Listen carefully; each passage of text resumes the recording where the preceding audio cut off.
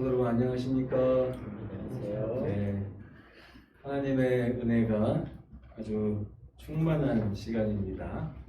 오늘 이 시간에 우리 성전을 찾으신 우리 성도 여러분의 마음에 하나님께서 특별히 함께해 주시기를 간절히 바랍니다. 오늘은 죄로부터의 자유를 경험하세요라고 하는 주제로 함께 말씀을 보겠습니다. 로마서 8장 1절에 있는 말씀을 함께 읽도록 하겠습니다. 시작. 그러므로 이제 그리스도 예수 안에 있는 자에게는 결코 정죄함이 없나니 이는 그리스도 예수 안에 있는 생명의 성령의 법이 죄와 사망의 법에서 너를 해방하였습니다. 아멘.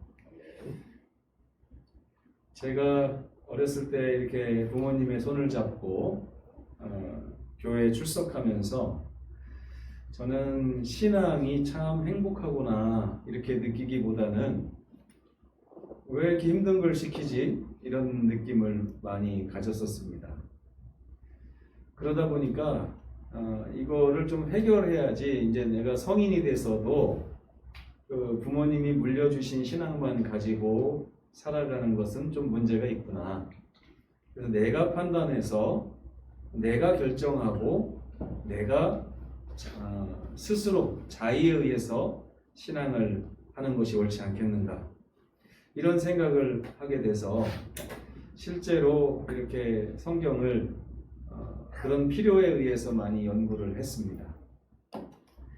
오늘 저는 저와 같은 그런 경험을 하고 계신 분들이 있을까봐 죄로부터 자유를 경험하고 제가 하는 요즘에 드리는 모든 말씀은 어떻게 하면 여러분들의 신앙을 행복하게 해드릴 수 있을까 이런 고민에서 나오는 그런 설교를 준비하고 있습니다. 특별히 오늘은 죄의 문제를 좀 말끔하게 해결하면 좋겠다 하는 그런 뜻으로 이런 말씀을 준비했거든요. 로마서 8장 1절을 보면 바울이 로마서 7장에서 죄와 싸우는 그런 경험, 6장에서 죄로 인해서 고민하는 경험을 말끔히 털어버리는 그런 장면이 8장 1절에 나오는 것입니다. 바울이 무릎을 탁 치면서 깨달은 거예요. 아, 이거구나. 그래서 그는 죄로부터 그동안 그의 마음을 괴롭혔던 죄의 여러 가지 늪으로부터 탁 벗어나는 그런 놀라운 경험을 하고 이 말씀을 기록한 것입니다. 자, 여기 보니까 그러므로 이제 그리스도 예수 안에 있는 자에게는 뭐가 없다고요? 정죄함이 없나니. 제가 이전에 이 말씀을 그냥 막 읽었어요. 막 읽었는데 가만히 보니까 저에게 참 어려운 숙제가 뭐였냐면 내 안에 거하라 나도 너희 안에 거하리라. 혹은 누구든지 그리스도 예수 안에 있으면 새로운 피조물이라 라든지 이 바울이 계속해서 예수님의 그 말씀을 우리에게 전하면서 예수님 안에 있는 사람이 구원받은 것이다 이런 말을 많이 했거든요. 저는 예수님 안에 있는 것이 도대체 무엇인지가 참 궁금했어요. 근데 바울이 한마디로 경험을 합니다. 예수님 안에 있는 사람들이 경험하는 가장 큰 특징이 뭐냐면 정죄함을 느끼지 못한다는 것입니다. 이 정말 대단한 거예요. 그러니까 제가 거기서 저도 무릎을 탁 치면서 만약에 내가 정죄를 느끼지 않는다면 그것이야말로 내가 예수님 안에 있다는 증거구나 하는 것을 깨닫게 된 것입니다. 그러면서 그 뒤에 보면 그 이유는 그리스도 예수 안에 있는 생명의 성령의 법이 죄와 사망의 법에서 나를 어떻게 했다고요? 해방했기 때문이라고 바울은 아주 확신에 차서 얘기를 했는데 저는 이것이 무슨 뜻인지를 잘 이해를 한동안 못했었습니다. 하와가 선악과를 따먹은 이후 인류가 타락한 이후에 이 죄에 빠진 인류를 불행하게 만든 것은 죄를 바라보는 그들의 인식 때문이었습니다.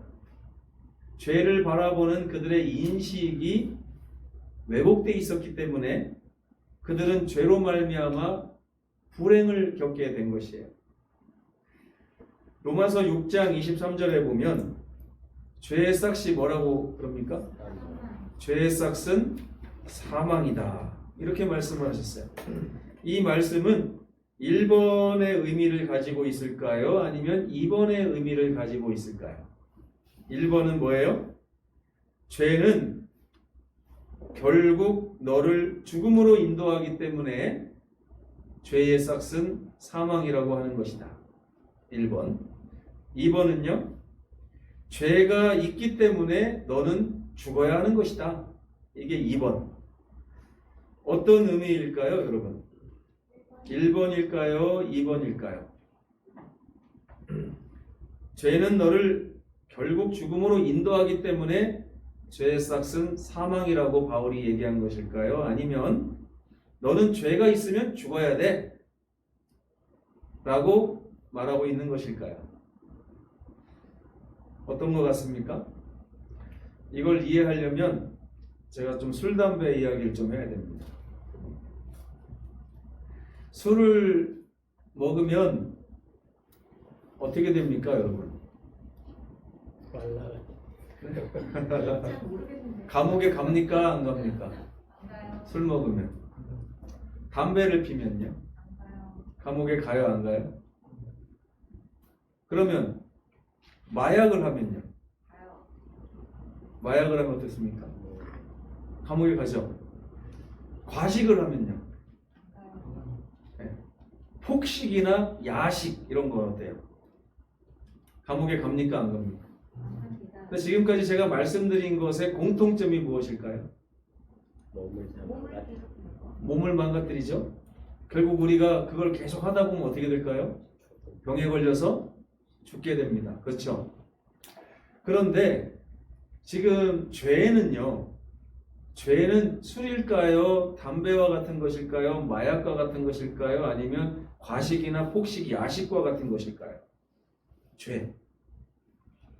만약에 죄가 술과 같은 것이라고 하면 여기 녹색에서 1번에 해당될까요? 2번에 해당될까요?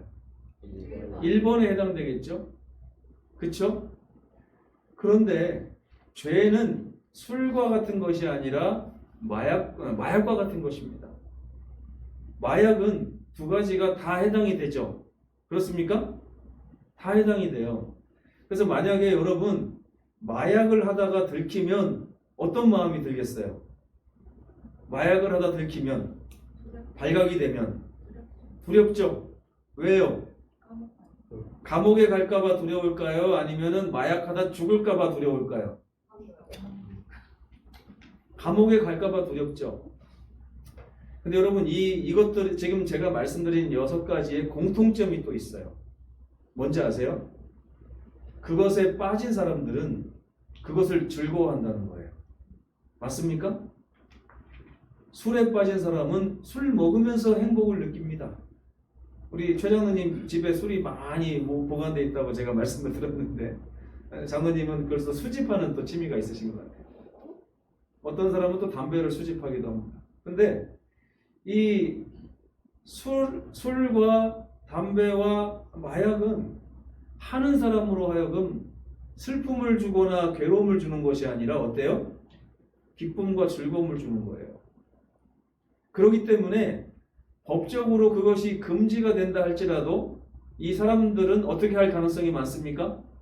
계속 그것을 즐길 가능성이 많아요. 야식은 어떻습니까? 제가 한동안 이 뱃살 때문에 아주 이걸 빼려고 하는데 밤만 되면 입에서 자꾸 뭘 넣어달라는 거예요. 이렇게. 요즘에는 제가 이제 야식을 완전히 끊은 지가 오래됐습니다. 근데도 뱃살이 안 들어가요. 이제 세월이 많이 필요한 것 같습니다. 그런데 이 죄도 마찬가지예요, 여러분. 죄가요, 정죄가 있습니까? 없습니까? 죄에 대해서. 성경에 보면. 그리스도 안에 있지 않으면 죄는 정죄되게 돼 있어요. 그렇죠? 그래서 마약과 같은 것입니다. 그래서 죄를 범한다는 것은 법적으로 금지되어 있는데 내가 마약을 하는 거하고 똑같은 거예요. 그렇죠? 근데 하나님께서 우리가 죄를 범하고 나면 이 세상의 법들은 그 죄와 죄인을 똑같이 취급을 합니다.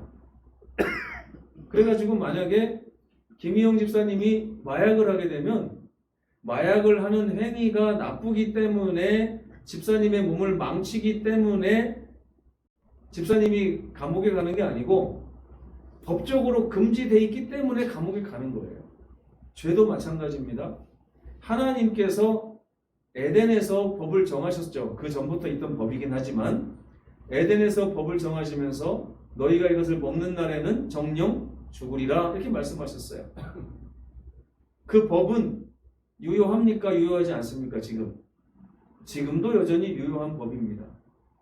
아담과 하와가 선악과를 따먹었을 때 그들은 두 가지 이유로 죽을 수밖에 없었어요. 첫째는 법적으로 죽게 돼 있습니다.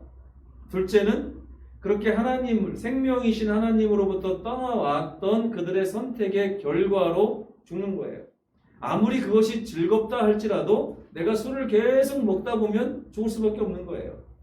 아무리 그것이 즐겁다 할지라도 내가 담배를 계속 펴대면 죽을 수밖에 없는 거예요. 하지만 법적으로는 괜찮습니다. 그렇죠? 합법이에요. 그러나 저는 죄가 마약과 같은 것이라고 생각합니다. 법적으로도 금지되어 있고 우리가 그걸로 인해서 죽을 수밖에 없는 거예요. 근데 우리가 지금 죄라고 하는 것에 중독이 되어 있기 때문에 우리는 결국에는 죄를 끊을 수 있다고요? 없다고요? 죄를 끊을 수 있어요? 없어요? 없어요. 제가 마약하는 사람을 몇 명 봤습니다. 예전에. 사람이 얼마나 착하고 선한지 몰라요. 지나가던 할아버지 할머니 있으면 지갑을 열어서 이렇게 주고 이러는 분인데 한 달에 한 번씩 사라져가지고 며칠 있다가 폐인이 돼서 오는 거예요. 폐인이 돼가지고 막 직장도 안 나가고 막 사람이 이래요. 그러면서 맨날 뭐라고 하냐면 제정신이 돌아오면 내가 이걸 안 해야 되는데 여러분 로마서 7장이 이런 얘기입니다. 그렇죠? 안 해야 되는데 나중에 일주일 지나고 보면 내가 또 그 죄를 범함으로 만신창이가 되어 있는 내 모습을 발견하는 거예요. 근데 하나님은 죄를 어떻게 말씀하시냐면 이사야 59장 2절에 보면 이렇게 말씀하세요. 오직 너희 죄악이 너희와 너희 하나님 사이를 갈라 놓았고, 이게 무슨 말입니까? 너희 죄가 그의 얼굴을 가리어서 너희에게서 듣지 않으시게 함이니라. 이 말은 뭐냐면 하나님은 죄를 미워하셔요. 그러나 그 죄에 중독되어 있는 사람은 미워하지 않으신다는 거예요. 그래서 어떤 얘기냐면 너가 마약을 하지 않으면 좋을 텐데 이 마약이 너를 망가뜨려서 너와 나 사이를 지금 갈라놓았다. 그럼 하나님에게 있어서는 지금 어떤 문제가 남아있는 거냐면 마약 문제를 해결함으로 인해서 내가 사랑하는 저 마약쟁이를 구원해야 되겠다라고 하는 생각을 하신다는 거예요. 하나님께서. 그렇죠? 근데 마귀가 이것을 왜곡시킵니다. 어떻게 왜곡시키냐면 우리가 죄에 대해서 가지고 있는 잘못된 생각 때문에 아주 안 좋은 결과가 나타나는데 그게 뭐냐면 심각한 죄의 폐단이 생깁니다. 첫째 뭐냐면 우리는 잘못된 선택인 줄 알면서도 몸이 그것을 좋아하기 때문에 계속해서 그 잘못된 행동들을 반복하게 되므로 내 자신을 죽여가고 있습니다. 이게 첫 번째 죄의 심각성이에요. 우리는 자꾸만 안 좋은 선택을 해요. 생명이신 하나님으로부터 돌아서면 안 되는 줄 뻔히 알면서도 죄인이기 때문에 자꾸 돌아서는 것입니다. 또 한 가지는요. 이 죄하고 나하고 동일시합니다. 이 죄인들은 마귀의 음성을 들어가지고 마귀가 하는 말이 뭐냐면 너는 죄가 붙어 있는 순간 하나님께서는 너를 죄로 취급하시지 결코 아들로 취급하지 않으신다. 예? 여러분 우리도 그럴까요? 안 그럴까요? 여러분 마약쟁이가 옆에 오면 그 사람을 사랑하는 마음이 듭니까? 아니면 막 멀리하려고 하는 마음이 듭니까? 네?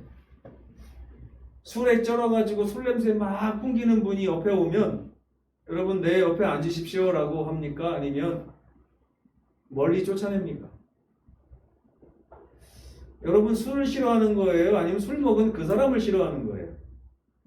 담배가 싫은 거예요? 아니면 담배 냄새 나는 그 사람이 싫은 거예요? 우리는 어떻습니까? 우리 생각이 항상 담배가 싫은 게 아니라 담배는 내 옆에 빈 꽉이 있어도 아무렇지도 않아요. 근데 담배를 피고 온 그 사람의 입에서 말할 때마다 담배 냄새가 막 나면 그게 싫어가지고 그 사람이 미운 거예요. 근데 그것을 우리가 스스로에게도 적용을 시킵니다. 근데 하나님은 담배가 미우시다고요? 아니면 담배 냄새 나는 그 사람이 미우시다고요? 여기에서부터 우리의 신앙이 불행한 쪽으로 꼴찌어지는 거예요. 불행한 쪽. 사탄은 자꾸 우리를 유혹해서 첫째로 잘못된 선택을 반복하게 만듭니다. 담배가 얼마나 좋은지 몰라 빨리 펴. 담배 필 때 얼마나 기분이 좋으니 막 그러면서 계속 담배를 피게 만드는 게 사탄이에요. 그런 다음에 또 뭐라고 해요? 너 담배 냄새 나서 하나님이 너 싫어해. 이렇게 말하고 있는 것입니다. 그러면 사람은 이중고에 시달리게 됩니다. 그렇죠? 담배에 쪄들어서 몸이 안 좋아질 뿐만 아니라 담배 때문에 하나님으로부터 자꾸만 배척을 당하는 거예요. 이런 사람들의, 이런 죄인들에게 희망이 있습니까? 없습니까? 네. 근데 여러분 로마서 6장에 보면 바울이 이 죄에 대해서 잘못 인식하고 있는 이 죄인들을 바로잡기 위해서 아주 사력을 다해서 글을 써놨습니다. 로마서 6장 14절을 한번 다 함께 읽어보겠습니다. 시작. 죄가 너희를 주관치 못하리니 이는 너희가 법 아래 있지 아니하고 은혜 아래 있습니다. 이게 무슨 말이냐면 제가 이걸 깨닫고 났을 때 얼마나 마음이 행복했는지 몰라요. 마약을 하는 사람이에요. 제가 보니까 죄라고 하는 것은 제가 마약에 쪄들어 있는 사람인데 저에게 하나님이 뭐라고 말씀하시냐면 너는 법 아래 있지 않아. 은혜 아래 있어. 이렇게 말씀하고 계신 거예요. 네가 마약을 했기 때문에 넌 감옥에 가서 사형을 당해야 돼. 이렇게 법을 가지고 우리에게 다가오시는 분이 아니라 하나님은 어떻게 다가오신다고요? 너 마약 계속 그렇게 하다 보면 마약으로부터 벗어나지 못하면 너 죽어 하고 은혜로 다가오는 분이 하나님이라는 거예요. 그러니까 이 마약이 우리를 주관하지 못하게 해야 되는 거예요. 여러분, 내가 마약으로부터 벗어나기 위해서, 마약으로부터 자유를 얻기 위해서 하나님께로 가야 될까요? 안 가야 될까요? 그렇다면, 네?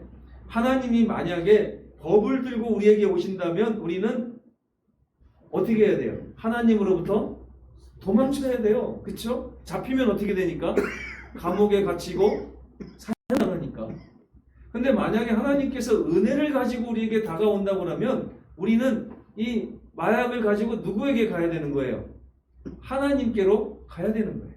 그래서 하나님을 만날 때마다 더 행복하고 더 내 몸이 건강해지고 하는 경험을 하게 되는 것입니다. 여기서 우리가 배워야 할 중요한 교훈이 하나 있습니다.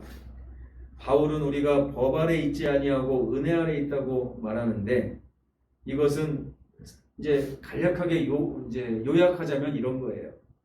하나님께서 죄인을, 죄에 찌들어서 중독되어 있는 이 죄인을 바라보는 관점이 어떤 관점이냐.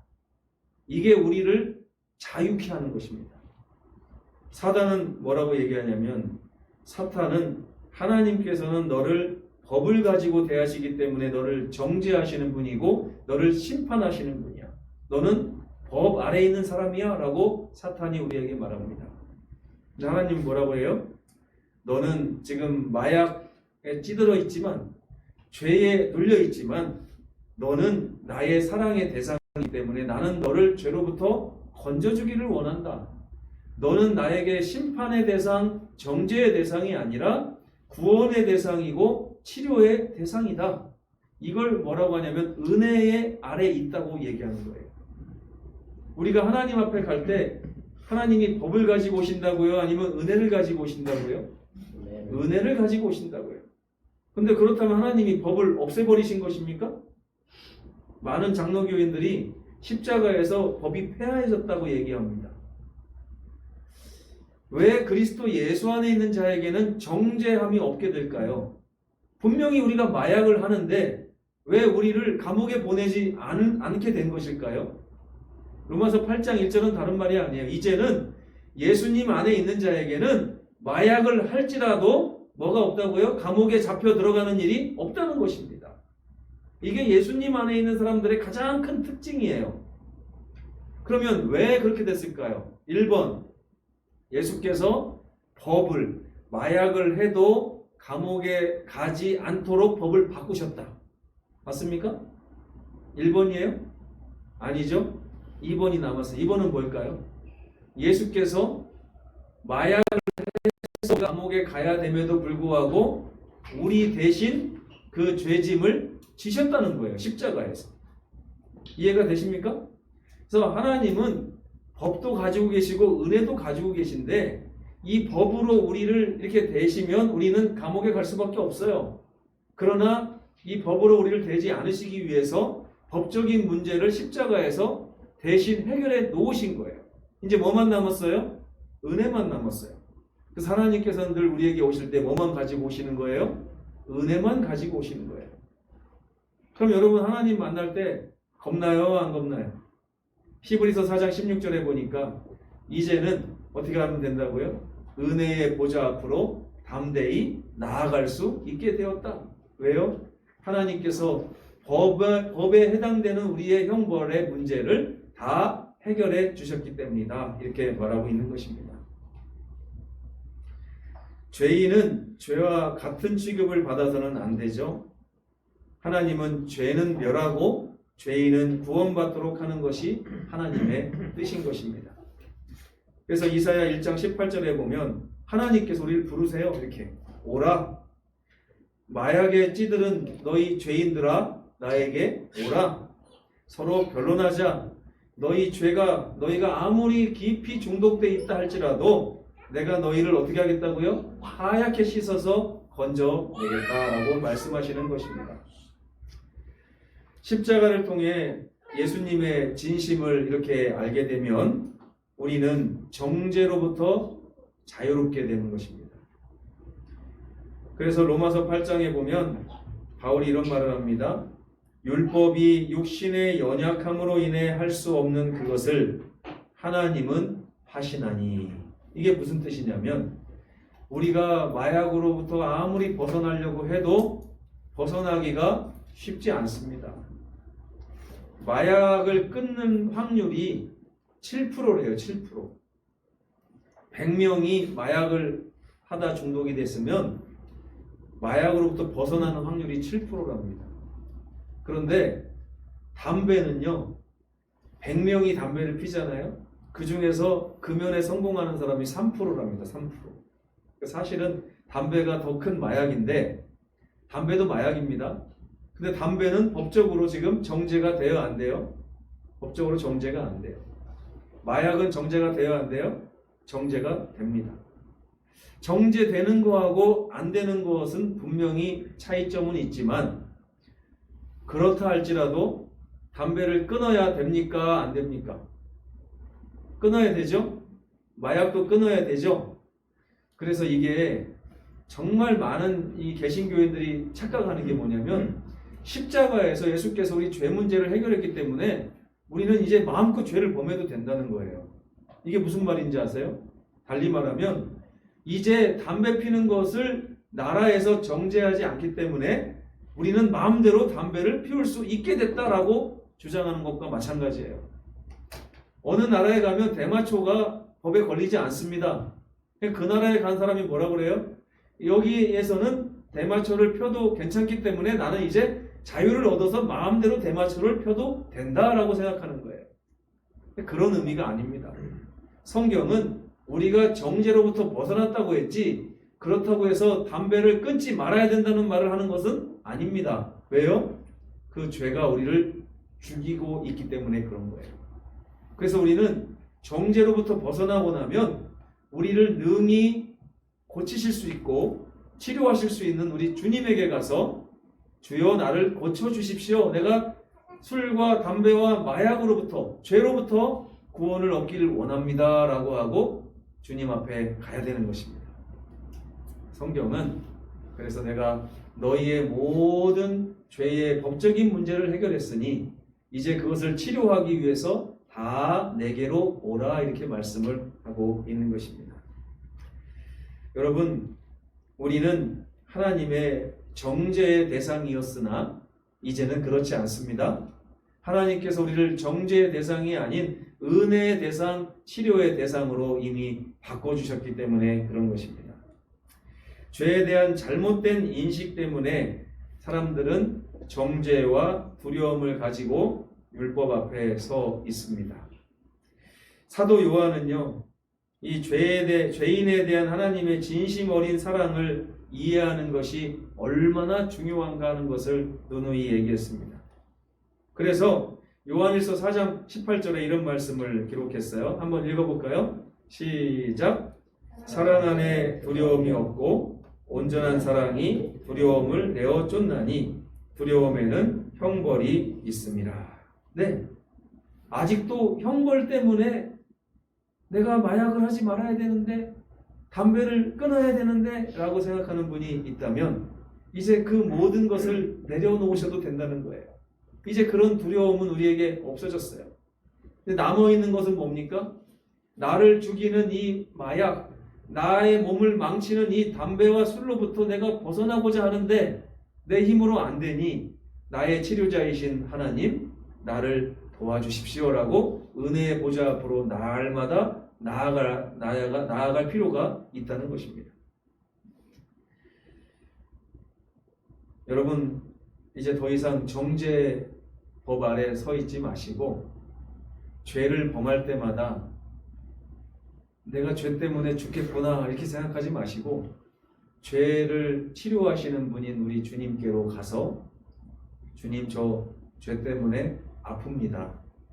주께서 치료해 주신다고 하셨으니 저 치료해 주십시오 라고 이렇게 고백함으로 주님과 아름다운 관계를 이어가시는 그런 우리 성도님들 되셨으면 정말 좋겠습니다.